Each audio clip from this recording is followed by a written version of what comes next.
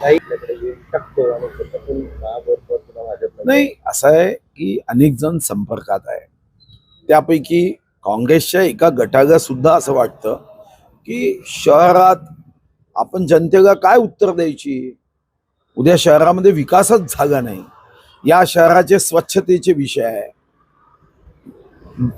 विजेच्या संदर्भातले विषय आहे. या शहरामध्ये उद्या जर पगार द्यायलाच पैसे राहिले नाही तर महानगरपालिकेमध्ये नगरसेवक म्हणून आपण काय, जनतेने आपल्याला कशाला निवडून दिलं. आणि ज्या पद्धतीने या शहरामध्ये विकासाचा विश्वास आमच्यावर आहे, त्या माध्यमातून काँग्रेसच्या काही नगरसेवकांची इच्छा आहे. पण प्रत्येकाला एकच वाटतं की मी यायला तयार आहे, तुम्ही थोडा मोठा गट करा.